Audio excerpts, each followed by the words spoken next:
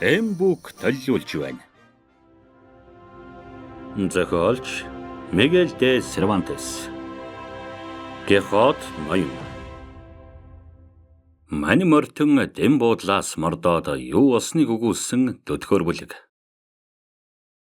Ёс төртэй морьтон болсондоо баяр хөөр болон багтам сайхан сэтгэл төрсөн учраас эмээл дээрээ тогтож ядсаар дэнгээс мордохт нь үүр гээж байлаа. Гэтэл даамлын хэлсэн сургамж төдхөн сэтгэлд нь орсон учраас гэртээ харж бүх чухал зүйлийг гол нь мөнгө цамц авахар шийдлээ. Уг ажилд тохирох өөрийн нутгийн нэгэн ядуу хөгшин тариачныг элдэж болгож авахар тогтов. Ингэж бодоод морьныхоо амийг тосгоныхоо зүг залтал ажнаа нь хашаанда очихыг мэдчих шиг болоод урд байгаагүй урлаар дүүлэхэд дөрвөн туурай нь газарт хурч байгаа эсэх нь мэдэгдэхгүй байлаа. Жаахан явж байтал ширэн гой дотроос хүн яолоод байгаа юм уу гэмээр гаслантайгаар аяархан дуурах чимээ гэнт сонсогдоход Кихот ноён өндөр дуугаар өгүүлрэн. Морьтны үүргийг биелүүлж, сайн хүслэнгийнхээ үрийг тарих болцоог түргэн хугацаанд надад олгож, эвэл гიშгэ хайрлсан тэнгэр хурмастаа ерөө магтъя. Хөөрхийлөлтөө нэгэн эрэгтэй буюу эмэгтэй хүн яолж байгаа нь эргэлзээгүй тул би үүнийг өмгөөлөн хамгаалъя. Ингэж хэлэнгүүтээ морьныхоо амийг яолох дуу сонсогдсон зүг заллаа. Хой дундуур хэдэн алхам хэртээ яваад нэг царснаас морь уяатай бөгөөд нөгөө царсанд 15 орчим насны нүцгэн жаал хүлээстэй байхыг үзсэн ба хөдөөгийн боргилэр тэр жаалыг хавтгай сураар хайр найргүй ороолгох тутамдаа зан зүгэж харах нүдгүй юу чи дуугүй вэ хэмээн зандарч байлаа. Тэр жаал нь бай эзэн минь тэнгэр бурхнаар андгаалъя малаа сайн харж байдаг болъё гэж ам өгнө. Юу болж байгааг хараад Кихот ноён чанга дуугаар балай морьтон минь чи бие хамгаалах чадалгүй амьтанд эр гаргахаасаа ичдэггүй мүү? Чадаа аваад мориндоо морд. Чингээд би чамд хүн дарлах ямар байдгийг үзүүлээд өгье хэмээн өгүүллээ. Хөдөөгийн хүн бас жадтай байсан ба энэ хүний чад морь уйсан цар сууд төшүүлээтэй байгааг дурдах хэрэгтэй. Эргэж харахад нь зэр зэмсэг зүүлсэн хүн дэрэгдэн ирээд чадаараа нүүрлүүн хатгачих шахаж явгааг үзээд хөдөөгийн тэрээр амиа гартал айж язгууртан эзэн минь би хончноо залхаач байна. Энэ урагшгүй мондоос болоод өдөр бүр хон дутаад байна. Үүнийг би урагшгүй болохоор нь тухайлбаас олиггүй хүн болохоор нь залхааж явгаа юм. Гэтэл энэ жаал намайг нарийн харамч учраас зарагдсны минь хөлсийг өгөхгүй тулд шалтак болгож огт хэлсдүүлж байгаа мэтэр хэлж байна. Тэнгэр харж байхад би худал хэлэхгүй. Энэ жаалал худал хэлж байгаа юм гэж зөөлөн дуугаар хэллээ. Яасан бурангүй амьтан бэ? Одоохон энэ жадаараа чамайг сүлбээд аяжхан гэдгээ бэ бүхнийг гээгүүлж байгаа ертөнцийн нарыг барьж тангаргалъя. Уг дуугүйгээр энэ жаалд хөлсийн эсэгөөс дээд тэнгэрээр гэрч хийж яваад чамайг алаад аяжхан шүү. За, наад жаалынхаа үлгийг бушуухан тайл хэмээн Кихот ноён зандарлаа. Хөдөөгийн эр үг дугарлгүй толгоогоо гудайлган очиж жаалын хүлгийг тайллаа. Хэчнээн хэрийн хөлс төлөх ёстойг Кихот ноён тэр жаалаас асуув.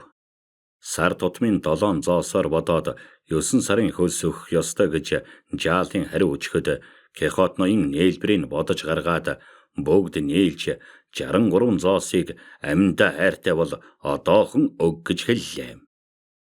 Хайж балмагдсан хөдөөгийн эр төлөх хөлс тийм их биш. Учир нь жаалд өмсүүлж уруулсан 3 гутлын үн өвчтэй байхад нь 2 удаа хануулсны нэг зоосыг суудгаж уг мөнгнөөс хасах учиртай гэж татгалзан хэллээ. Зүйтэй. Гэвч энэ жаалыг гэм хийгээгүй байдал нь хавтгай сураар ороолгосон биз дээ. Энэ чинь гутлын үн хануулсны хөлс хоёртой тэнцгэлтэй. Энэ жаал таны авч өгсөн гутлын улны ширийг урсан байна. Та ч бас хуваа тавилгүй энэ жаалын өөрийнх нь арьсыг урлаа шүү дээ. Бас энэ жаалын өвчтэй байхад үсчнэр цусыг хануулж өгсөн боловч цоо ирүүл байтал та үүний цусыг гоожуулж байна шүү дээ. Чингэхээр дүндээ дүн юм биш үү дээ хэмээн өгүүлэв. Язгуур эзэн минь би мөнгө авч гараагүй нь гайтай байна. Андрес надтай хамт явхаас биш дээ. Би хараад л сохор зоосч дутаалгүй л өгье. Би үүнтэй хамт явах гэж юу? Долоод ордно. Боли эзэн минь тэгж балархаа бай. Би үүнтэй ганцаараа хоцорчих юм. Варфоломой худагч шиг ч юм уу өөр хэн шиг ч юм болгож арсын минь хуулаад хайчих нь гэж жаал анхааруулав. Наадах чинь чингэхгүй. Би тушаана. Наадах чинь зөрчиж чадахгүй. Харин өөрийнхөө хамаардаг мордны бүлгийн нэрийг барьж тангараг тавиг. Чингэхлээр нь би наадахыг чинь зоргоор нь давчихна. Чингээд л чиний мөнгийг саадгүй өгнө гэдгийг би даана гэж Кехот ноён өгүүллээ. Хаварч өршөө эзэн минь та чинь юу ярьж байна? Манай эзэн мордон огт биш учраас ямар ч бүлэгт хамаардгүй юм. Энэ маань Кентанаар тосгонд суудаг Алидив тухайн гэдэг баян тариачин шүү гэж жаалхуу анхааруулan хэлэв. Тэр яах вэ? Алидив гэдэг мордон байж болно. Чингээд бас хүн бүрийг хийж байгаа ажлын байдлаар таньж болно гэж Кехот ноён мэдхэн өгүүлэв. Зөвөө, гэтэл хөлсөө асгаруулж явж олсон миний ажлын хөлсийг өгөхгүй байгаа манай эзнийг яаж шүү тань гэж та айлдах вэ? Хэмээн Андрес асуулаа. Андрес хүү минь би өгөхгүй гэв. Буян болог ханилаад явъя.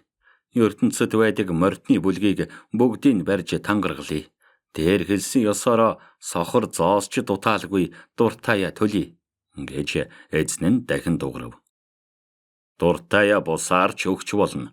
Энэ жаалд өгөөс зохих тоотой зоосоол өгчих. Өөр танаас шаардах зүйлгүй. Харин тавьсан тангаргаа нэцаахаас болгоомжлоорой. Би таныг олоод залхаачих нь гэдгийг нэгэн адилаар тангаргалъя.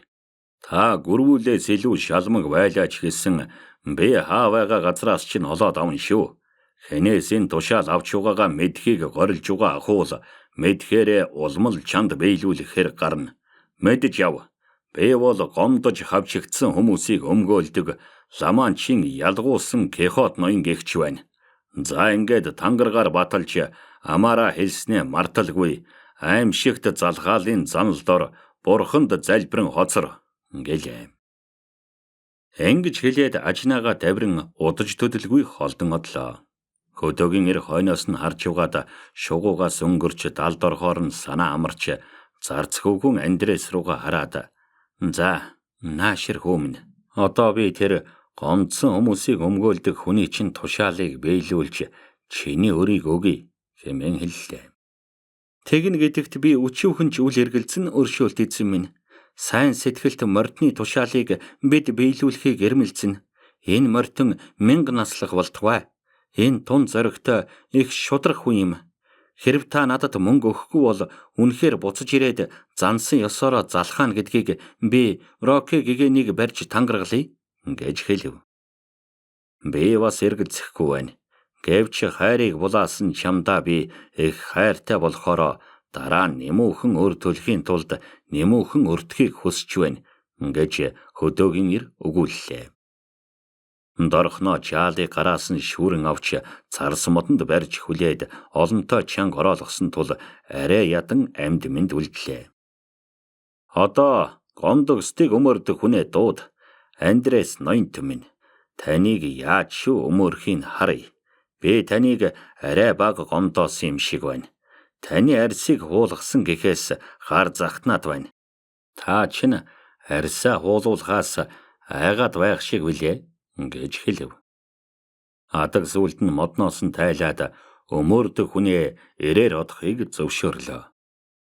Хончин хөвгүн ламанчин ялгуулсан Кехот ноёныг олж юу болсныг наривчлан ярьж өөрийн эзний өгөх мөнгийг өдөө төдий нуглан төлөвлөхийг тушаалгахаар тангаргалаад эмзэглэж байгаагаа мэдэгдэхгүй хичээн хандав. Ямар ч гэсэн Андрес уйлан одож эзэн нь дооглон хоцорсон юм.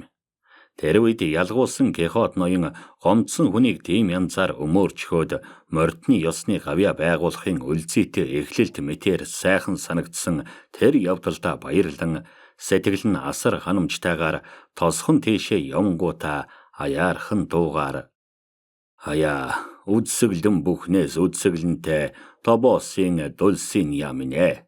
Энэ ертөнцийн оршин байгаа эмэгтэйчүүдийн дотроос хамгийн заяатай эмэгтэй гэж чи өөрийгөө нэрлэх хэрэгтэй юм. Өөрөөр хэлбэл одоо би хоочод ямагт ийм байх өчнөн их эрлэхийг өчнөн их алдарт Ламанчин Кехот ноёны хүслэн ба өөрийнхөө сансан бүхнийг гартаа оруулах тавилан чамд байжээ. Би өчигдөрхөн мордны бүлэгт орсон нь бүхэнд илэрхий. Гэтэл өнөөдөр аль нэгэн цагт хэрцгий ёстой хамтран үнэн ч бусыг дүгээж байсан томоохон хор, томоохон хууль бусыг үндсээр нь арилгалаа. Өнөөдөр би эмгүү хөөрхий амьтныг тамлж байсан тэр зандалчны бороохойг гараас нь булааж авлаа. Төдхөн 4 замын бэлчээр бүхий газарт дөхөж очлоо. Чингээд хэрмэл мордын хүмүүс зам салах газар зогсож аль замаар нь явхаа боддог заншилтай байдгийг санав. Иймд тэднийг дуурайн баахан зогсож байгаад дараагаар нь бодол бодон ажнаадаа бүрэн даатгаж мориныхоо амыг сул тавилаа. Морин анх зүгэлсэн чигээ өөрөөр хэлбээс хашаандаа очно гэж сонгож авсан чигээ өөрчилсөнгүй. Хоёр бээр шахам явдал нь өчнөө төчнөө хүн цугларсан байх шиг харагдав. Тэр нь Толиодын худалдаачид Мүүрсид очиж торг авахаар явж байсан нь хожим илэрхий болсон юм. Тэд зургуул бөгөөд нарны хаалт барьцгааж 7 зарц дагуулсны 4 унаатай 3 явгаар луус дууж явлаа. Кехот ноён тэднийг хараад бас нэг адал явдал тохиолдох гэж байгаа мэтээр дүрслэн бодлоо. Тэгэхдээ болж л өгвөл зохиолд гардаг шиг байдлаар хөдлөх зориг тавьсан учраас уг явдлын нэгийг одоо хийх нь зүйтэй юм гэж үзлээ. Чингээд дөрөөн дээрээ өндийн жада адхан бамбаагаараа халахлан Толиодын худалдаачдыг хэрмэл мордын хүмүүс болгож бодоод зам голлон маш ихэмсэг бардан байдалтай зогслоо. Зүс харж үг сонсмоор ойртож ирэхэд нь Кехот ноён эрлэхэг янзаар ханхалзан өндөр дуугаар ертөнцөд үдсэглэн тэмхтэй хичнээн ч байлаа гэсэн, та нар хичнээн ч олуулаа байлаа гэсэн Ламанчин амбны хатан Тобосын дулсын я тэднээс цөмөөсөн сайхан гэдгийг бүгдээрээ хүлээхээс нааш бөө өдөлцгөө хэмээн өгүүлэв. Ийм үгийг туйлын хачин байдалтай хүн өгүүлж байгаа тул худалдаачид зогслоо. Хэв янз хэлэх үгээр нь түүнийг солиотой хүн гэж таамагласан боловч яагаад тэр эмэгтэйг сайхан гэж хүлээлгэх гээд байгааг нь аажмаар мэдж авахыг хорилов. Тэгтэл дог тухын дуртай нэлээд ухаалаг нэгэн худалдаачин язгууртан эзэн минь, таны яриад байгаа тэр хүндэт эмэгтэйг бид танихгүй юм. Бидэнд харуулаад өрх. Хэрв тэр чин таны нотолж байгаа шиг тийм үнэхээр үдсэглэн сайхан байхаваас бид таны тушаалыг дуртай биелүүлж үнэн гэдгийг гэрчилцгээе хэмээн хэллээ. Та нарт харуулаагүй байлаач гэсэн хөдөлбөргүй үнийн юмыг гэрчилэхэд та нараас юу хордог юм? Гол учир нь та бүхэн харалгүйгээр үнэмшүүлж, гэрчилж, нотолж, тангаргалж хаацайлахад оршино. Эс чингэх ахуул би та нартай дайтан шүү. Их зантай мууса огнууд минь. Мордны дүрмийн шаардлага ёсоор нэг нэгээрээ хүрээд ирцгээ. Эсвэл та нар шиг олиггүй амьтад олиггүй заншлаа баримтлаад бөөнөрөө дайраад орж ир. Өөрийнхөө үннийг бүрэн ухамсарснараа би та нартай цээжээрээ дулдаж тохирох цогцолтыг өгье хэмээлээ. Язгуурт ноён минь, энэ хүмүүсийг бүгдийн төлөөлсөн амбан нь би байна. Танд мэхэж нэг зүйлийн хүсэлт айлдгая. Бид энэ насандаа харж үзээгүй, сургийн чолж сонсоогүй нэг эмэгтэйг сайтхан гэрчилж сэтгэлдээ сэвийгээд яах вэ? Энэрлд хүм минь, бидэнд сайн санаад тэр эмэгтэйхээ зургийг үзүүлчих. Тарианы чинээ зураг байсан ч болно. Нэг ширхэг үсээр нь гахааны байдлыг таньж болдог шүү дээ. Чингвэс бид ёстой үнэмшиж сэтгэл үлэмж ханамжтай болж түүгээрээ таны хүслийг хангаж таныг сайнаар санах болно. Бэд тэртээ тэргүй түүний чинь сайхан хүүхэн юм гэж бодцоход байгаагаа дурдъя. Зургийг харахад тэр хүүхний өрөөс нь нүд нь хялар бөгөөд нөгөө нүднээс нь улаан цагаан өнгийн цэцгийг гоожиж байсан ч таны сэтгэлийг харгалзаж ямар ч янзын сайхан үгээр магтаж өгнө хэмээн нөгөө худалдаачин өгүүлэв. Муухай новшвэ. Тэр чинь хөдрийн заар ханхлуулсан хан хурмстын дагин шүү. Огт хялар бөгтөр биш. Харин Гуадармын эрэхт унжиж хөлдсөн мөс шиг гойлог биетэй юм шүү. Та миний биширдэг гоо дагныг гутаан дайрсан болохоор энэ их танхай байдлынхаа хариуг авах болно доо хэмээн уур нь бадарч хашгирлаа. Шингэж хэлээд жадаа занган дэндүү их ууртаагаар нөгөө үг ярьсан худалдаачныг дайрлаа. Хэрв тэр зоримог худалдаачны золоор морин зам дээр таварцаглаж унаагүйсэн бол балрах байсан юм. Чингээд ажныг унахад эзэн нь тэртээ тэнд үсрэн унлаа. Босгыг горилон боловч эс чадав. Чад бамбай, даралт дуулаг малгай зэрэг балар цагийн хүнд нүсэр зэр зэмсэгтэй гар хөл нь орооцолдчихлоо. Босгыг чармайг оролдож байх цууртаа зүрхгүй муусан хогуудаа зогс. Өөдгүү муусан боолуудаа байц. Би муута унаагүй морины муугаас боллоо гэж хашгирсаар байлаа. Тэгтэл луус туугчийн нэг нь мориноосоо унсан хүн өөрсдийн элдвэр хилээд байгааг мэдээд бие барьж эс чадснаар хариу хэлэлгүйгээр цусыг холиод өгье гэж бодлоо. Гүйж очиж жадын уугц татан зэр зэмсхийн үл хойшоон нэг хугархайгаар нь унгас савж байгаа юм шиг балблаа. Эцэд нь түүний барьсан жадны хугархайг булаач авахад бас дахин өөрийг шүүрэн авч газарт гулдаан хэвтээ хөөхий тэр мордныг балбсаар угаад цөмийн бяцаллаа. Мордон маань нүдүүлж хэвтэхдээ хоромхон зуурч дуу таслалгүйгээр тэнгэр дэлхий худалдаачдыг зан зөвхөж эдгээр худалдаачдыг хүн алдаг яргчд юм гэж бодож байлаа. Эцсүүлд нь тэр луус туугч өөрөө эдсэн тул нүдхээ болиод худалдаачид аян замын туршид ярьж зугаацах нөөцтэй болж аваад цаашаа хөдөллөө. Ярианы сэдв нь салан балбуулсан хөөхий мордон л биз. Мордон маань ганцаараа хоцорсон бөгөөд босхийг дахин оролдов. Шарах сорвгүй эрүүл байхдаа босож чадаагүй юм чинь одоо хямцаг боллоо балбуулчихсныхаа дараа босож чадна гэж юу? Тэглэж гисэн ингэж байх нь хэрмэл мордонд тохиолддог жирийн гунигт явдал мэт санагдах бөгөөд мориндоо бурууг хүлээлгсэн учраас өөрийгөө зол заяатай хүн гэж бодлоо. Харин хамаг яс нь янгнаад босох тэнхээгүй болсон байсан бүлгөө.